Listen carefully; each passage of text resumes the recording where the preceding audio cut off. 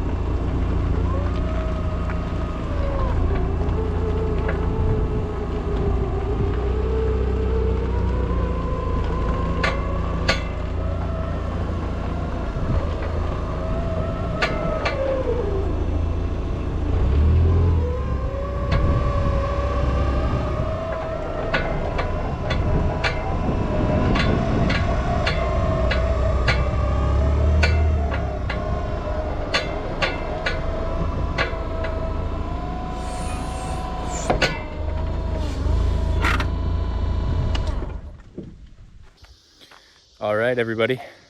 First of all, I apologize. My battery ran out on my camera while I was finishing the sod filming. Man, isn't that sunrise or sunset beautiful?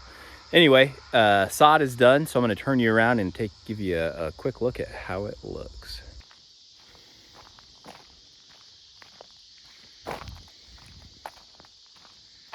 All right.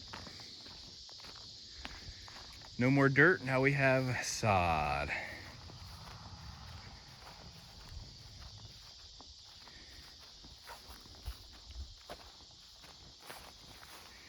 So we've actually had a lot of rain in the last couple of days. But with freshly laid sod, you really want it to be watered, fully watered, at least once a day for the first 3 weeks. I'm probably going to water it in the morning and in the evening. But here's a quick look at how it turned out. So yeah, beautiful, eh? I think it turned out pretty nice.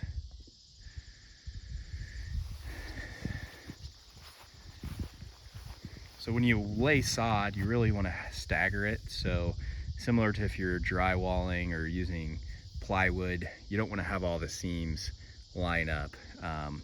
You really want to stagger it as much as you can. So you can kind of see that this is cross-hatched as I laid it down.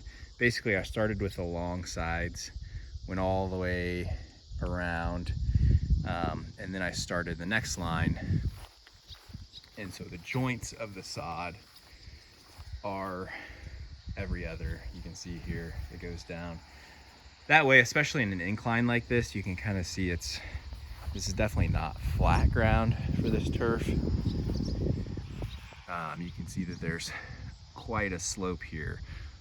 So I did that with the intent that, you know, hey, if it rains, all the seams aren't going to just break and start sliding down this gradient. Hopefully there's some predisposition to stay in place rather than fall. But all in all, it turned out pretty good.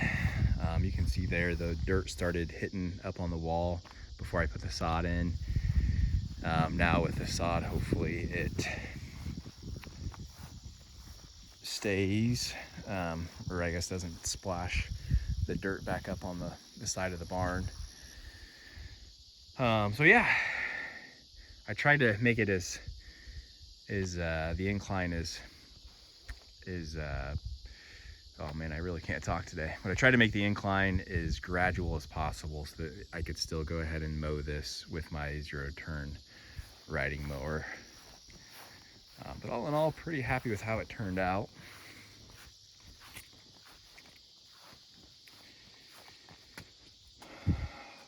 What else have I done since I chatted with you guys last?